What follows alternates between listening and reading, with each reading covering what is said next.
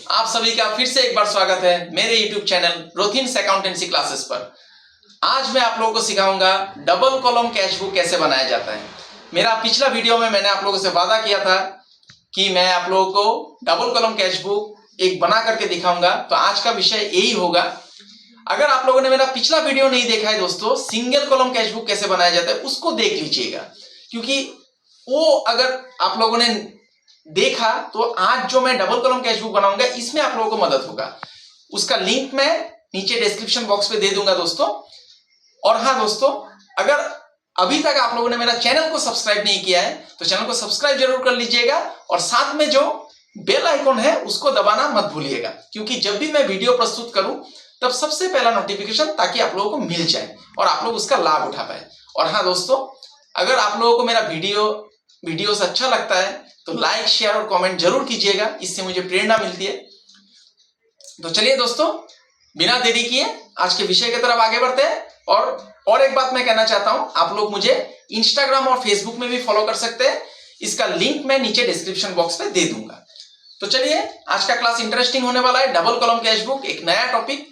तो बिना देरी किए, बिना समय नष्ट किए आज के विषय की तरफ आगे बढ़ते हैं। तो देखिए दोस्तों, डबल कॉलम कैश बुक, ये शब्द से ही इसका अर्थ पता लग रहा है। जैसा कि मैंने पिछला वीडियो में बोला था, सिंगल कॉलम कैश बुक मतलब उसमें एक कॉलम रहता है। कॉलम मतलब आपका अमाउंट कॉलम।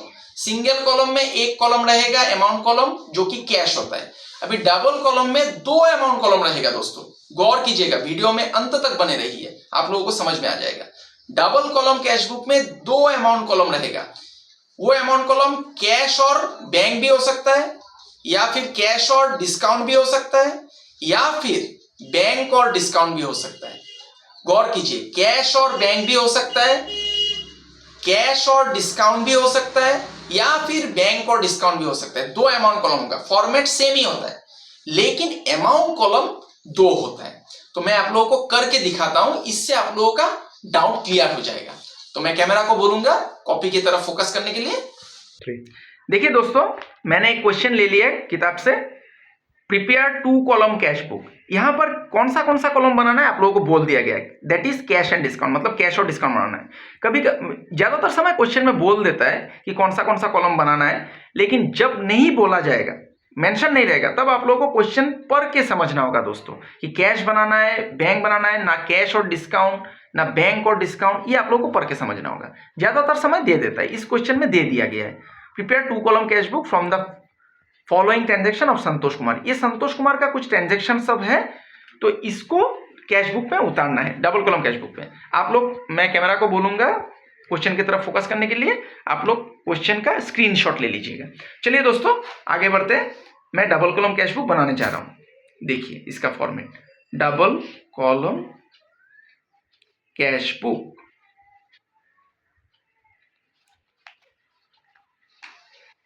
आप लोग पेंसिल और स्केल का इस्तेमाल कीजिएगा दोस्तों, मैं हमेशा कहता हूं, क्योंकि एग्जाम में आप लोग कलम से लाइन मत खींचिए। मैं थोड़ा किताब को इधर कर लेता हूं।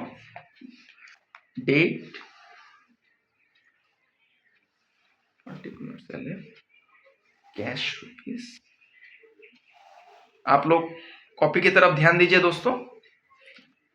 मैं इसके बाद जो जो चीज लिखना है वो सब लिखूंगा यहां पर।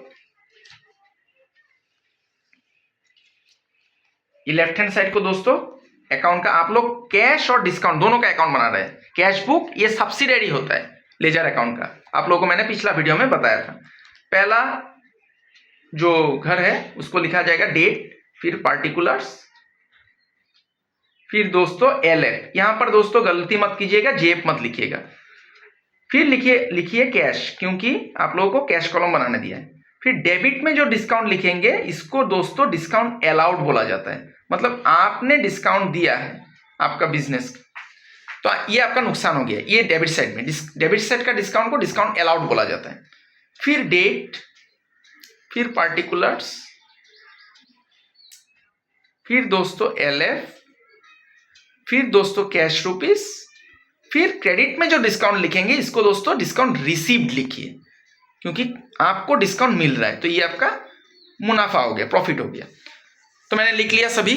ये आप लोग देख लीजिए, फॉर्मेट ऐसा होगा। देखिए सब कुछ पहले के जैसा ही है, सिर्फ एक कॉलम भर गया डिस्काउंट। तो देखिए दोस्तों, अभी मैं क्वेश्चन को भी सामने ले लेता हूं, तभी आप लोगों को समझने में आसानी होगा। देखिए पहला जो दिया हुआ है मार्च 1 में कैश इन हैंड, इसका दोस्तों आप लोग जर्नल नहीं कर सकते। मैंने पिछला वीडियो में आप लोगों को बताया था कि आप लोग जर्नल करके भी कर सकते। जर्नल करने से आप लोगों का आसानी हो जाएगा। क्वेश्चन में जहां जहां कैश रहेगा वही कैश बुक में आएगा। और दोस्तों याद रखिए, कैश बुक में कैश ट्रांजैक्शन को ही लिखा जाता है। क्रेडिट ट्रांजैक्शन मतलब उधार का जो ट्रांजैक्शन है उसको इग्नोर करना पड़ता है। तो यहाँ में दोस्तों जहां जहां कैश होगा जर्नल में वही सब लिखेंगे, या फिर आप लोग डायरेक्ट भी कर सकते हैं। रिसिप्ट सब डेबिट साइड में आएगा और पेमेंट सब क्रेडिट साइड में जाएगा। तो मैं जर्नल करके ही करूंगा क्योंकि इससे मुझे आसानी होता है और आप लोगों को भी आसानी होगा।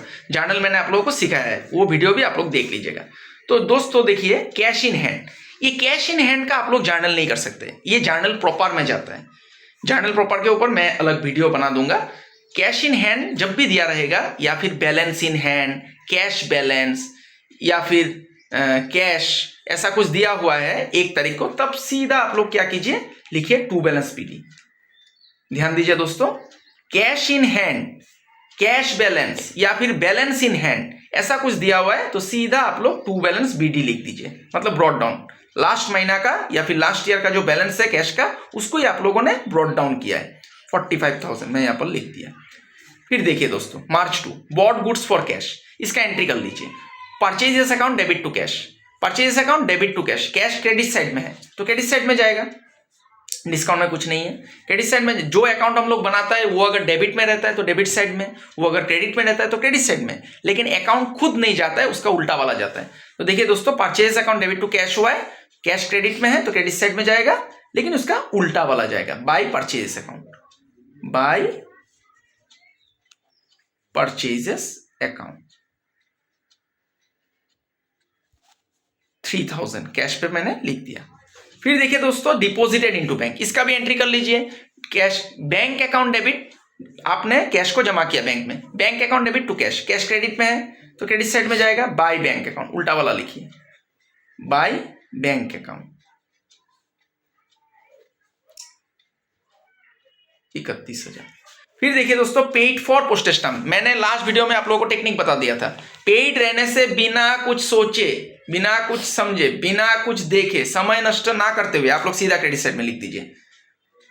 लेकिन हाँ, इसका एंट्री भी अगर करेंगे तो postage stamp account debit to cash या फिर मिसलेनियस एक्सपेंसेस भी बोला जा सकता है इसको। पेड है सीधा आप लोग क्रेडिट साइड में लिख दीजिए। ये एकदम सीधा एक ट्रिक दे दिया आप लोगों को। सॉरी, मैं पेड लिख दिया, माफ कीजिएगा, by postage stamp, by postage stamp. इसका अमाउंट है दोस्तों 60 रुपया, मैं यहां पर लिख देता हूं। फिर है दोस्तों सोल्ड गुड्स फॉर कैश, सामान बेचा और पैसा मिला तो cash account debit to sales, तो कैश डेबिट में आया, डेबिट साइड में जाएगा, मार्च 5 टू सेल्स अकाउंट। कितना है दोस्तों 250, ये मैंने डेबिट साइड में लिख दिया। फिर है दोस्तों paid to Brij Mohan cash और साथ में डिस्काउंट अलाउड। डिस्काउंट को यहां में नहीं देखना है दोस्तों, जिस तरफ आपका ट्रांजैक्शन पास होगा उसी तरफ डिस्काउंट हो जाएगा। डिस्काउंट का अलग से आप एंट्री करने का कोशिश मत कीजिए, आप लोग नर्वस हो जाएंगे या फिर कंफ्यूज हो जाएंगे। तो पहले paid to Brij Mohan, paid लिखा हुआ है तो सीधा आप क्रेडिट साइड में लिखिए, बाय ब्रिज मोहन।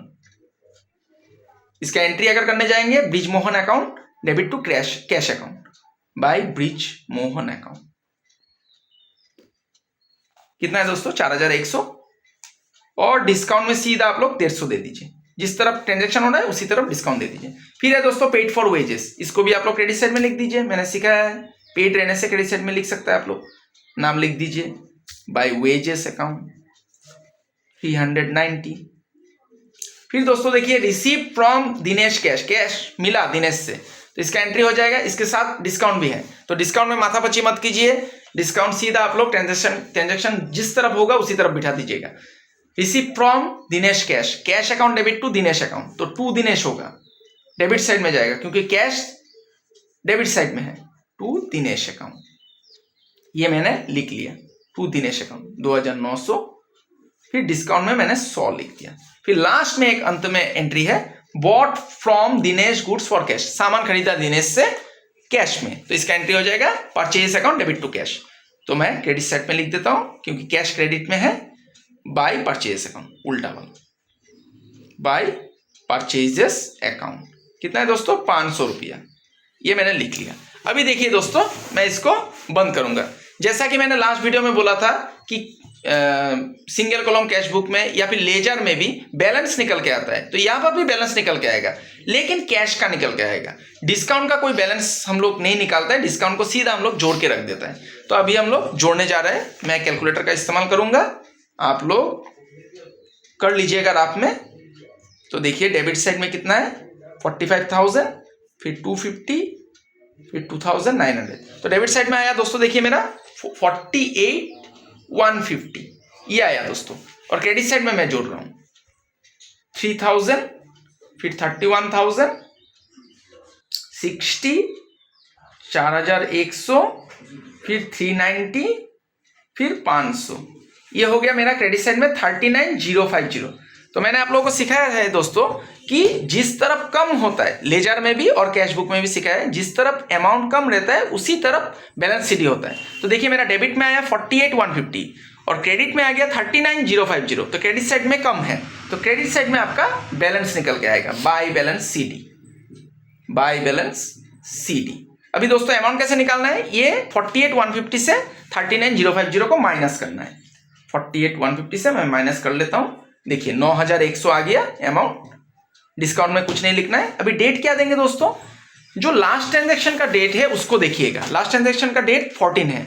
अगर 20 या उससे ज्यादा रहता है, 20 या उससे ज्यादा, तब आपको महीना का लास्ट डेट लिखना है। लेकिन 20 से कम रहेगा, 20 से कम रहता है, तो जो लास्ट ट्रांजैक्शन का डेट है वही बैलेंस सीडी में भी डेट आएगा। तो यहां में 20 से कम है तो मैं मार्च 14 ही लिखूंगा, मार्च 14। फिर नीचे आपको बंद कर देना है। मैं थोड़ा लाइन को और खींच देता हूं, क्योंकि यहाँ पे जगह का अभाव हो रहा है। ये देखिए दोस्तों, एक लाइन खींचिए, इसके नीचे 2 लाइन। ये देखिए क्रेडिट साइड में भी जिस तरफ में अमाउंट ज्यादा था 48,150 उसको ही मैं लिख दूंगा कैश में, 48,150। अभी मैंने दोस्तों डिस्काउंट का बैलेंस नहीं निकाला नहीं है। डिस्काउंट का बैलेंस निकालने का जरूरत नहीं है, डिस्काउंट को सीधा आप लोग जोड़ के रख दीजिए। डेबिट साइड में कितना है दोस्तों, देखिए 100 रुपया, सीधा 100 रुपया बिठा दीजिए। और क्रेडिट साइड में देखिए दोस्तों 150 है, इसको 150 लिख दीजिए। अभी अगला दिन उल्टा तरफ बीडी करना पड़ता है, ये आप लोगों को पता है। मार्च 14 के बाद 15 आएगा। उल्टा तरफ सीडी जिस तरफ निकला है उसका उल्टा तरफ बीडी होगा, टू बैलेंस बीडी। ये कैश का बैलेंस को मैं लिख दूंगा। ये देखिए दोस्तों कितना आसानी से आप लोगों का डबल कॉलम कैश बुक बन गया। ठीक, तो आशा करता हूं दोस्तों आज का क्लास आप लोगों को समझ में आया है। डबल कॉलम कैश बुक ये बहुत जरूरी है एग्जामिनेशन पॉइंट ऑफ व्यू के लिए। आप लोग ज्यादा से ज्यादा प्रैक्टिस कीजिए क्वेश्चन। अगर फिर भी आप लोगों को समझ में नहीं आता है तो मुझे कमेंट बॉक्स में लिख के बताइए, मैं और ढेर सारा video double column cash book के ऊपर लेके आऊंगा ताकि आप लोगों को मदद हो। लेकिन आज जो मैंने सिखाया है आप लोगों को, मैं आशा करता हूं आप लोगों को समझ में आया है। और वीडियो खत्म करने से पहले मेरा सबसे पुनः एक बार निवेदन है, अगर आप लोगों ने अभी तक मेरा चैनल को सब्सक्राइब नहीं किया है तो सब्सक्राइब जरूर कर लीजिएगा। और मेरे वीडियोस को लाइक, शेयर और कमेंट करना मत भूलिएगा। तब तक के लिए मैं ईश्वर से कामना करता हूं आप सभी स्वस्थ रहे, सुरक्षित रहे और खुश रहे। आज के लिए इतना ही। बहुत बहुत धन्यवाद।